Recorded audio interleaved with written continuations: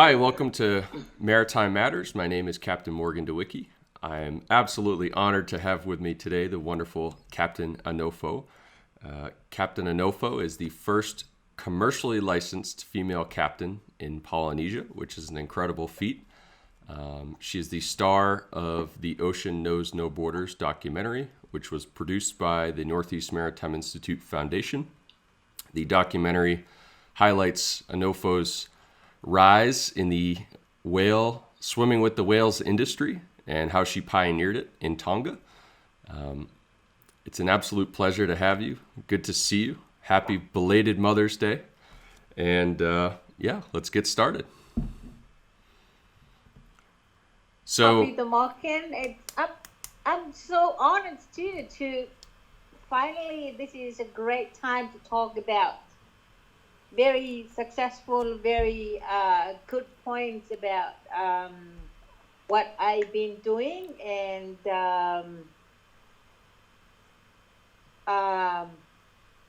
the film about the ocean knows no borders.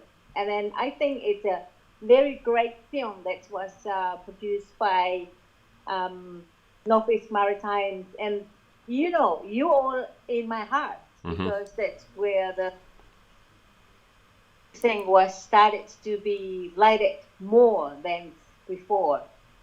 And so grateful for the opportunity and so happy to talk with you and then to share a little more about my life and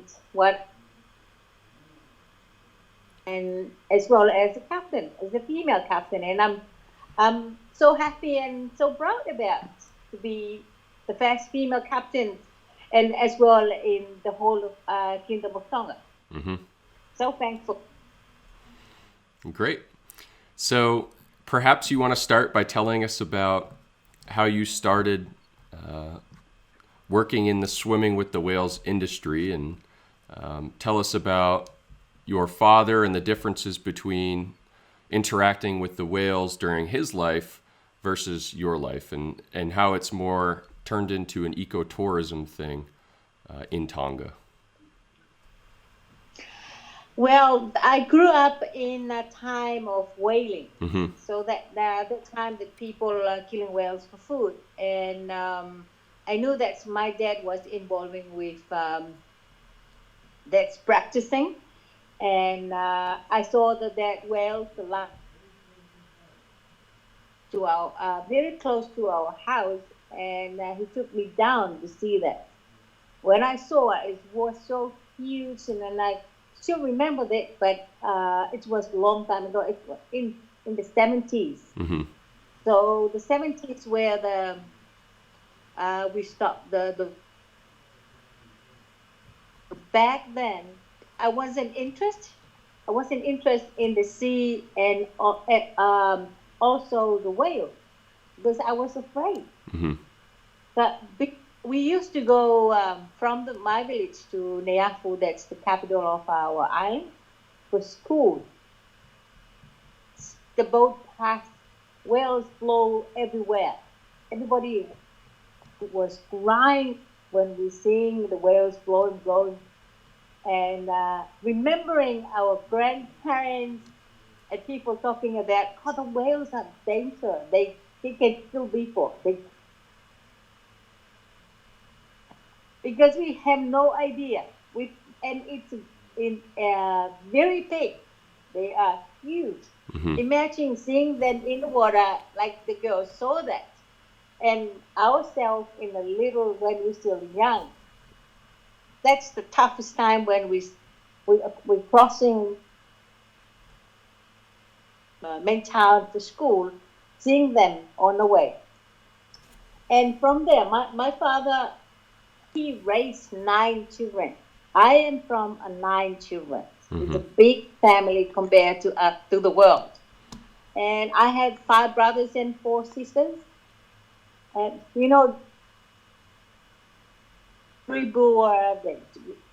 my parents doesn't have enough to provide for our school. And there's no job apart from copra. When the coconut, we call it, they process it. That's the only way he can go work at the booth and then get the coffee money he can get. And not only that, food, it's going out fishing, and then he got fish for us as well as the whale meat. So, bring it down to short, I wasn't finished the school because there's not enough money to finance. Because five of us in high school in one time. Mm-hmm. All nine of us at school, we are so smart. In the village and every school where we were studied, smart, all of us. But my father, my parents can't afford it. So most of us dropped school without finishing it. And I I was married in young age. I had my first child. Then after my second child, with someone approaching me, do you want to work? And then I said, that's when I was 25 already. It was too late. Yeah, when I sit down now and then that I should start when I was 10 years old. So I was started when I was 25. Asked somebody to clean it, and I said, yeah, why not? I can clean. But that time I was reading, and then just take care of the children at home. With no, doesn't know. He wants me to see if I can clean the boats. But it's that time a yacht charter called Sailing Safaris. Mm-hmm. And that's how I was started. They want me to clean the boats, and then they had 5 boats in Tonga and then in Davao with that company.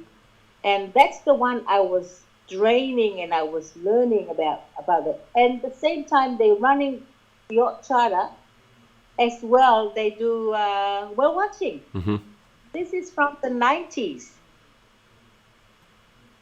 Tell out, talk a little bit about the whales. But Morgan, I can tell you that the first time I was inside the boat to sail out, I was seasick like chicken.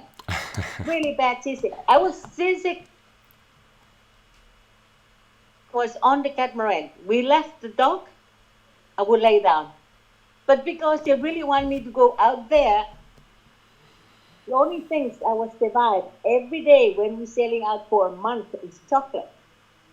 And if I don't have chocolate on board, I won't go because very, I didn't give up. Mm-hmm. That's the lesson I learned. That sometimes we came up because of the weakness and like seasick.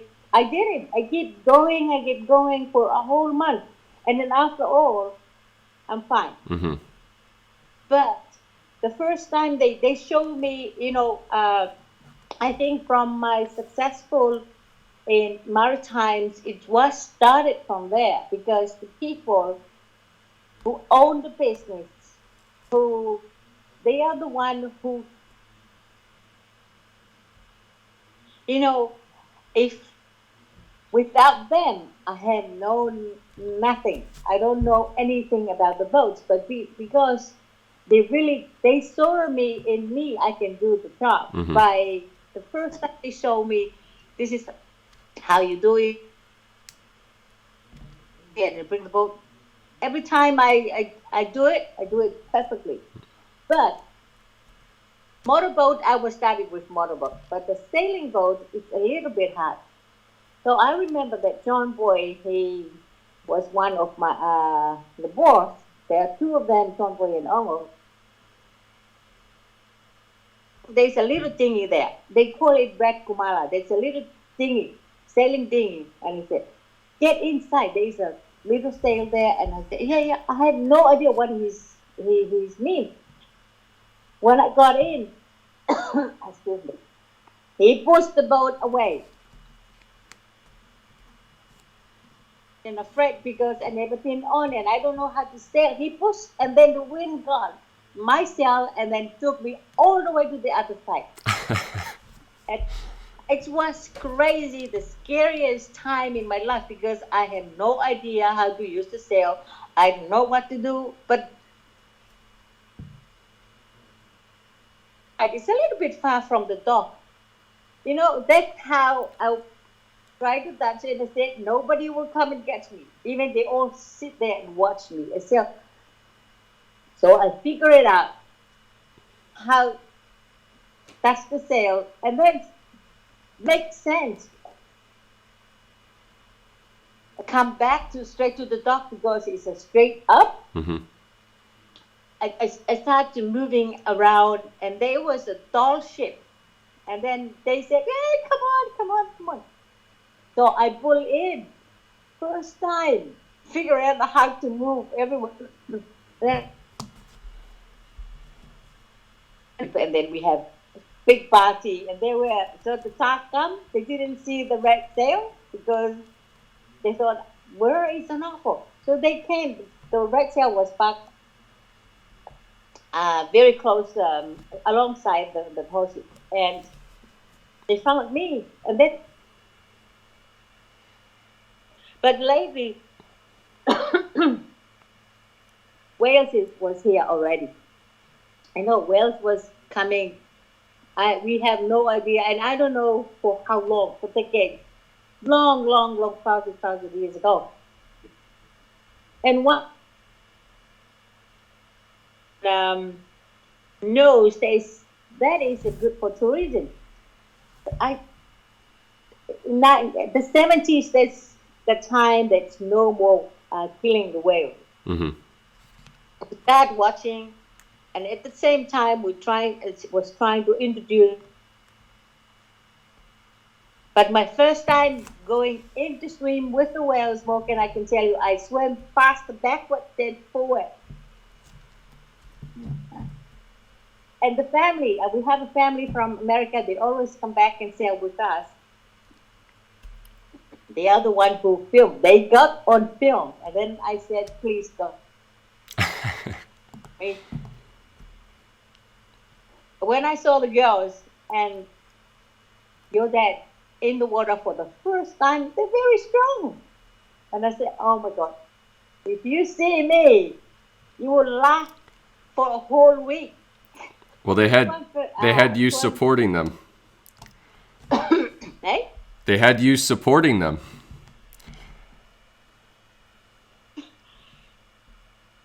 But at that time was Alan Bow. He was one of the pioneer. He's a guy. Yeah, he's a plank. He was from Kiwi. He was protecting the whales and asking the cameramen and gathered together the couple who owned the business I was working for, and then some other few people.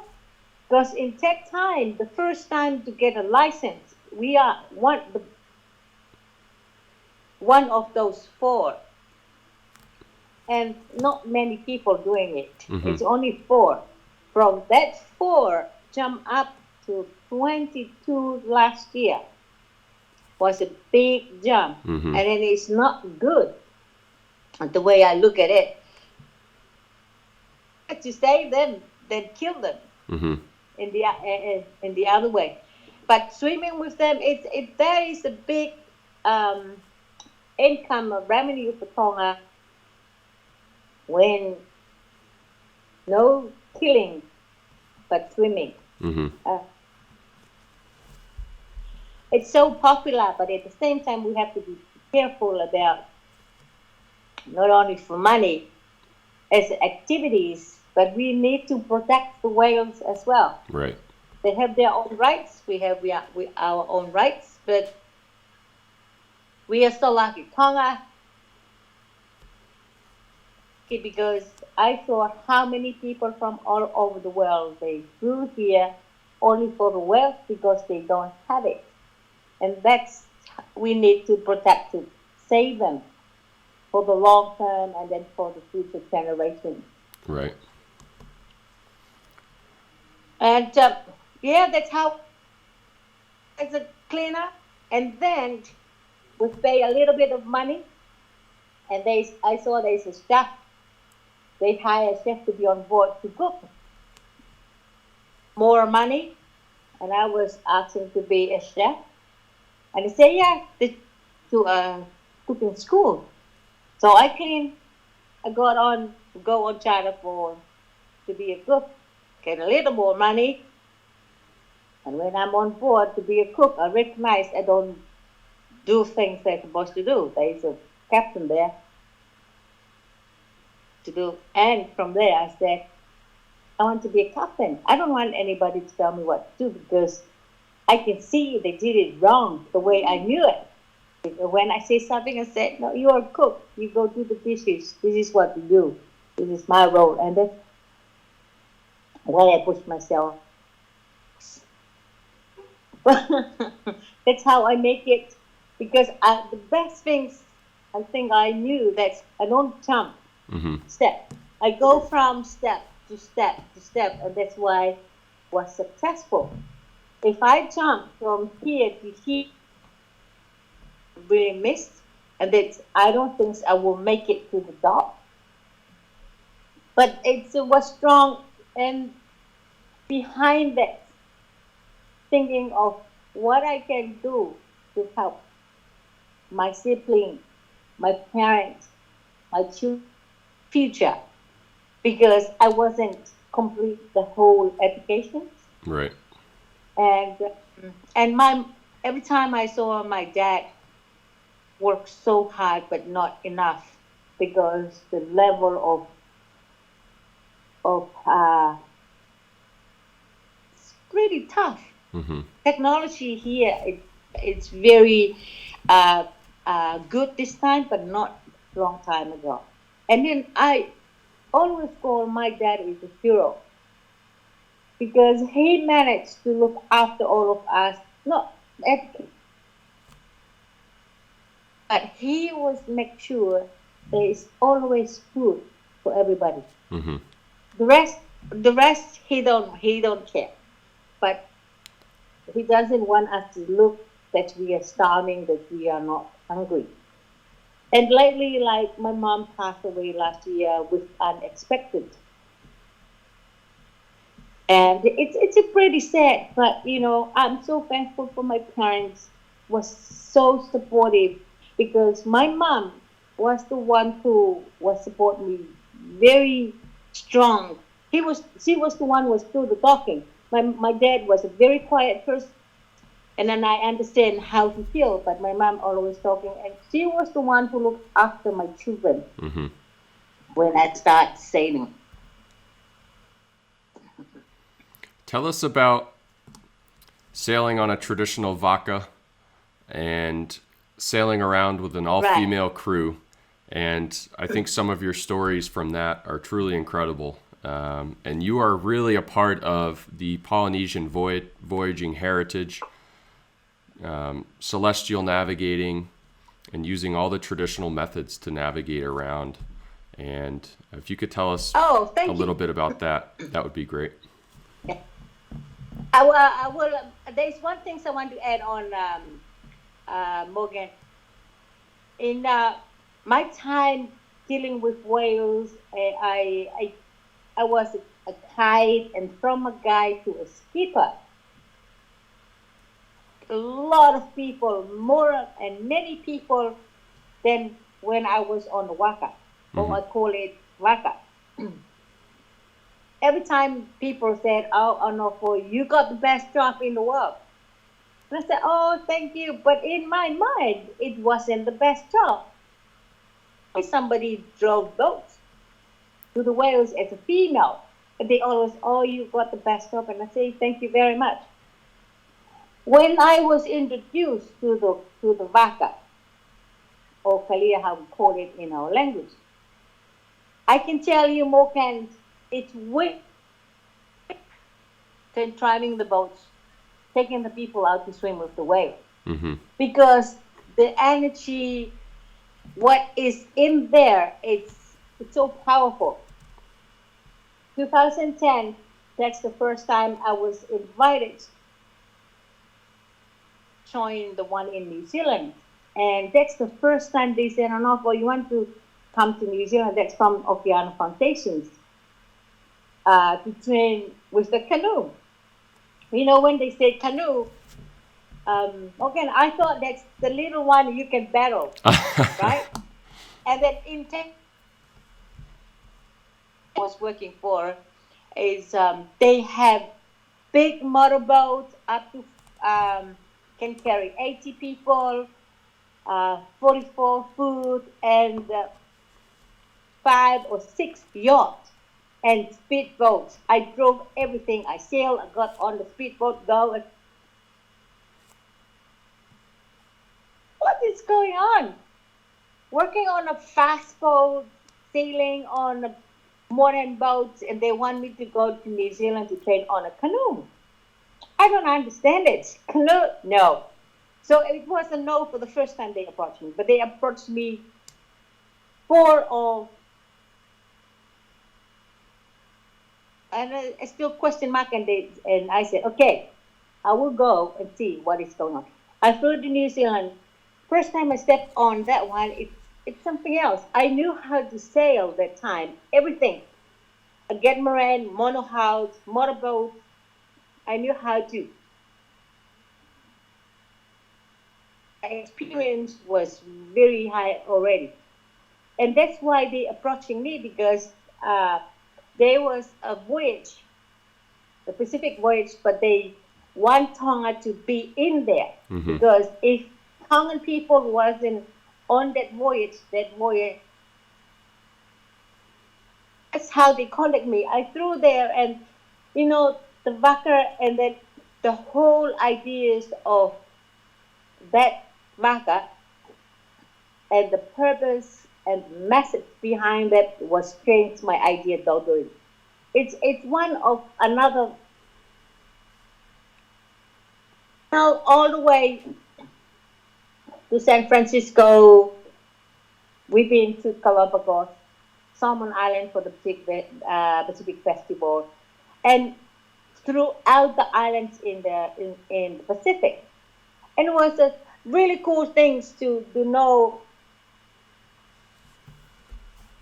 can because that's how we honor our ancestors because they bathed the waves for us, but we didn't recognize what they did. They did a whole lot of work by sailing through the stars, the moon, actual resources for them for voyage. And that's where we were sailing to honor them and with a message up to the world. If we go back to the way how of navigating and the way how open oceans and then from island close to far, we I think that we won't face big time the climate change this time. It's everybody suffer with it. Everybody suffer with that because of technology and pushing so hard the fastest. But what we without recognizing, realizing we putting more vulnerable um, pollutions to the oceans and to the air, and then all of that we done by us will come back to us. So the message to the world, that's why we sail all the way to Hawaii and up to San Francisco to the world to see how type of vaka with the using the elements that you don't bathe. Right. Yeah, the sail to the wind, the sun to the charge the battery to the motor, and use everything surrounded us natural to sail. It's easy, but the people doesn't want to go slow. That's the only thing. You get there when you get there. Right. So we sail all the way to San Francisco, but during that voyage, it's a lifetime learning experience. People from around the world watching what we're doing because everything we saw, like we documented and sent it out to the world to see. This is the reality. This is what happened out here. Some area we crossing, there's no fish. We didn't get fish. We didn't see any birds. So it's different coming more toward North Pacific than where we are because we can see birds everywhere. So the livelihood here it's still good because we still get fish easy, not other places. And not only that, we saw rabbits. That's really horrible things that we ever see. Sailing past rabbits every minute, every second you can see while sailing. Yeah. So people doesn't see what is going on there, but we saw it because we sailed through it and we learned from it. And that's why for us and the world, everything will be calmed down and slowed down from damaging either the planet Earth or the oceans or the human being. In 2012, on the way back, that we were talking about, but that time I was working by 100, almost 200 crew change to make this trip going. In Tahiti, I was leading a whole female, and that's the first time and to be happen because without me knowing how to sail, knowing how to run, and then everything by boat, I don't think it's gonna happen. Mm-hmm. But that's why it drew me back. My dad, it's a very strong man. And then I always said, "Oh, I can do this." That was a strong man. Plus the help and then the supporting of my the people was surrounding me, and then I always said, "Yes, I can do it." And then I did it with 17 before we approaching Bora Bora. So the older men in Moana, they move. Even the sponsor, um, Peter Bowman, he was the one who sponsor and built the whole canoe. He has to move to the other places because Bora Bora they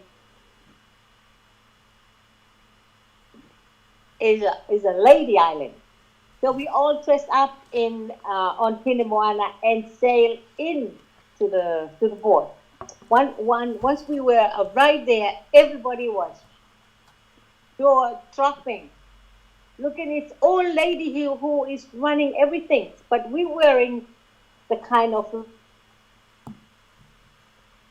t-shirt with flowers on our head, and that's the first time. But I'm the most happiest moment in my life because not only I'm tongued, but I'm a lady that step up, do it. Everybody can do it Mm-hmm. with the courage and then strong in my heart because it's not easy. As you know, as a captain, it's not easy because when you're sailing in oceans like open ocean, you can't sleep. Sure that everybody is safe, the boat is safe. Is it you're heading, are you going in the right directions? If they need, check all the time. But we made it. And then when we were right there and we sailed from there with departure from Bora Bora, and then from there it's about 3 days with 17 females on board. Wow. Yeah, and that's the time that everybody wrote about that one, and they said, Aunofo, this is the best life. Actually, they can pull the lines. Everything's run by girls. You hardly, because we got used to be man voice in inside the backup. It's all girls. But lucky that that's the toilet. All girls, yeah, and we have to use it. So that's that is the encouragement and the life changing for all the women. So now, Morgan, two or three of those women that we were sent together, captains. Wow. So it was inspired. That's what I love to do. I love work I did and everything I do to inspire more people to do the same thing because it's a big role, but it's not easy. You need to teach some other people that's easy. No problem, you can do it. And then in my mind, I always believe in the world should go back. Indigenous knowledge, it's the knowledge, it's always there. Modern time, nowadays on a big ship, when it's break down, it's gone. Where are you gonna go? Encourage people to go back, learn both the modern technology and the old way of through the natural elements that we have because it's if we put them together, learn together, go together with it, we will in a safe voyage. But so grateful for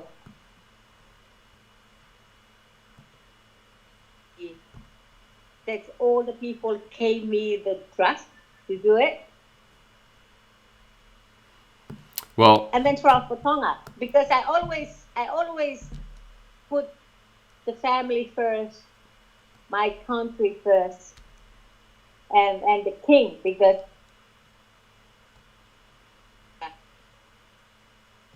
and there's a lot more to talk about. And then I want, what I want, Morgan, I want to write a book. It's a lot more to write because mhm. I was on a 5, 6 different big voyage, and between that voyage on the Waka, sailing using the elements around. And one thing I want people to know, Waka is a double hull. It's a double hull. This is a mixed design of Tahitians and other country, not Tonga.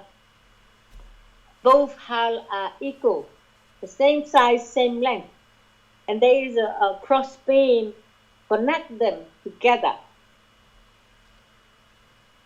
in a mission. So everything is there is a reason for everything. There is a meaning behind everything. It's like the starboard hull is the male energy. Mm. You know, the boat hull is a female energy. It's connect them together. So Mm. that's mean everybody is the same. Everyone is equal. So we want the equality of making decisions. Mm-hmm.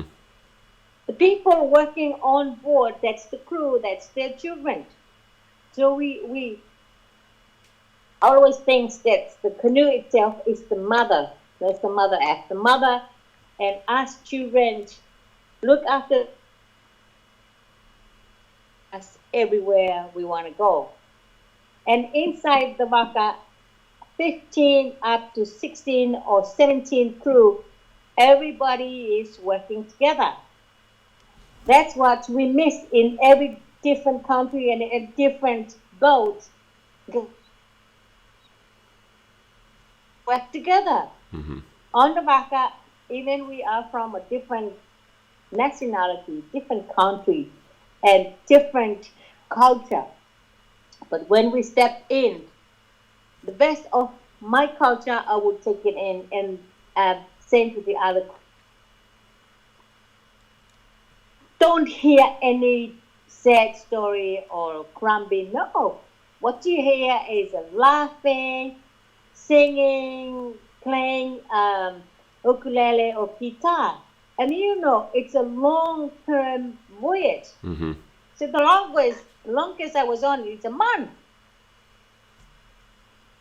And to be work together, help each other, love each other, and make peace. And not only that, but happy. When you're sailing, you can't sail probably if you are angry on something else.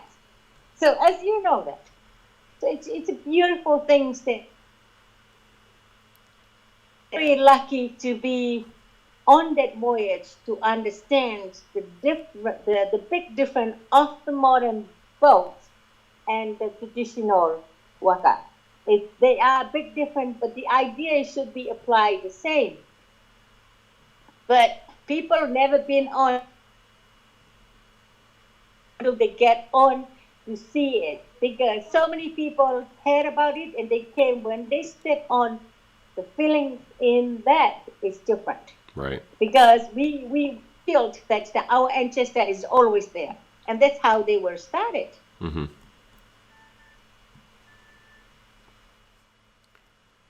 So the reason we produced The Ocean Knows No Borders is because we truly are inspired and uplifted by your story and your life story and all that you've achieved.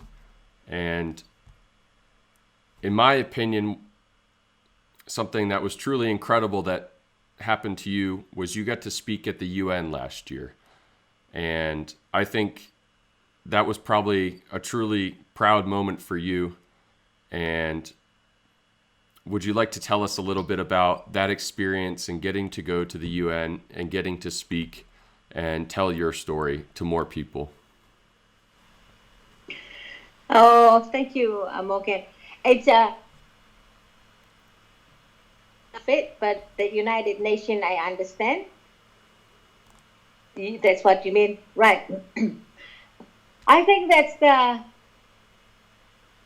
one of the top and highlight of my career and experience as a female in the Maritimes to go to the United Nations and speak about my experience because it wasn't easy, Morgan. Mm-hmm. I know how I speak. I'm not a really good talker. I'm a kind of, you know, everybody knows where I was working because I'm type of person because when I'm by myself in my lonely time, I do things very fast and hard, but not talking. Mm-hmm. And other people seeing it and they said, Aunofo, I think you're a really good person to talk. And I said, no way, I'm not kind of person to talk. But at the same time, I met a lot of people. I'm not shy sometimes, but I'm learning a lot. I have a lot of things. But to explain it, to share it, it's a little bit because I'm not a good person on doing talking. But I boost myself because captains, you're captain, you have to talk. Yes, it's different from the boat. I talk straight. I'm right there when I'm on the boat. But talking on, like inviting to speak at the United Nations, it's the world to me.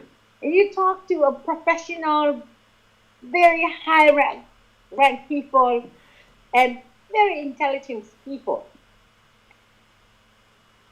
Myself, who I am.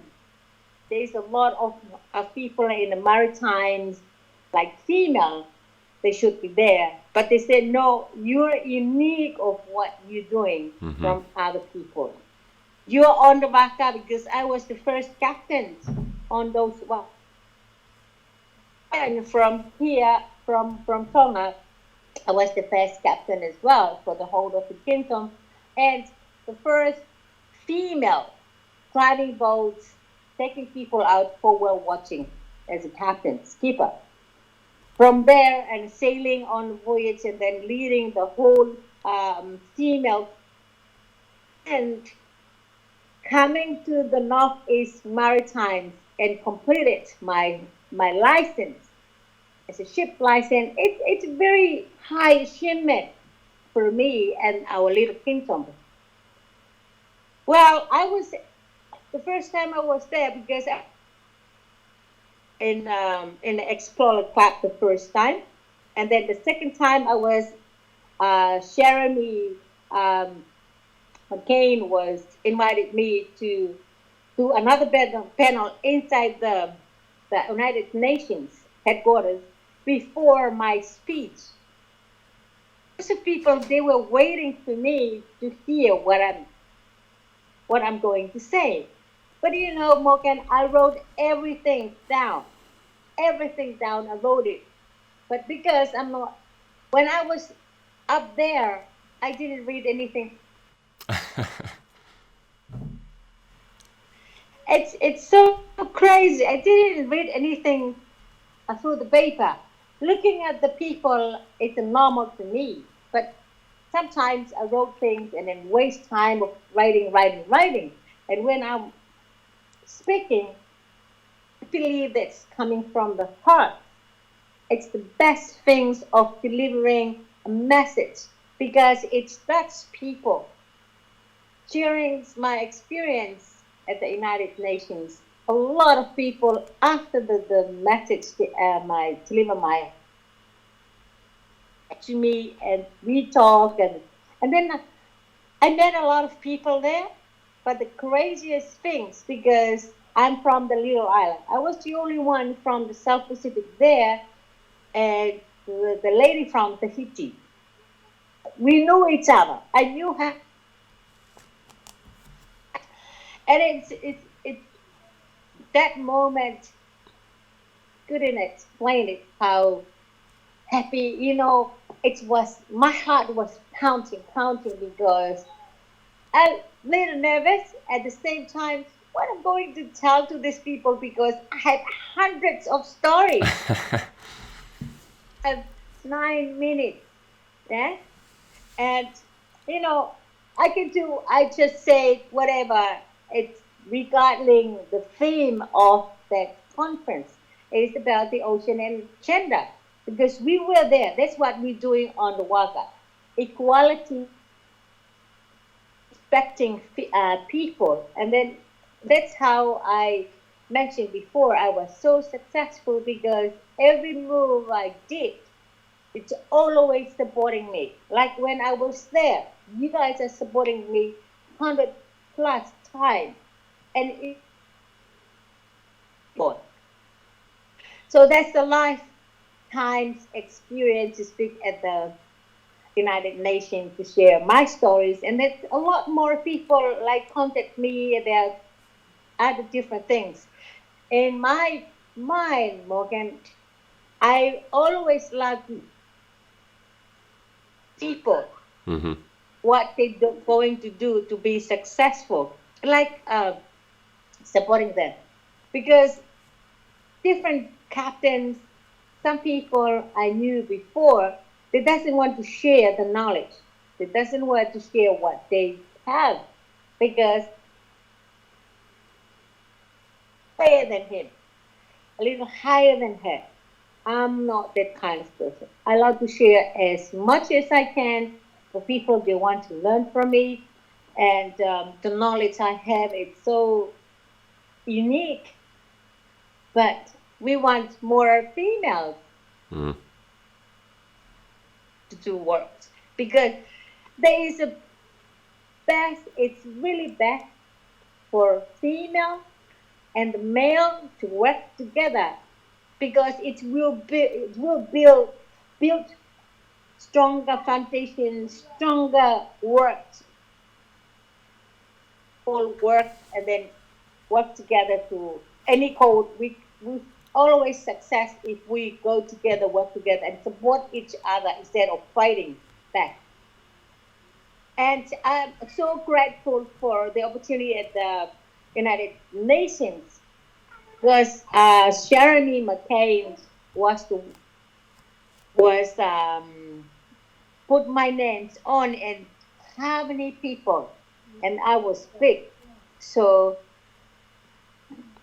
great honor, great honor to to meet other people there. The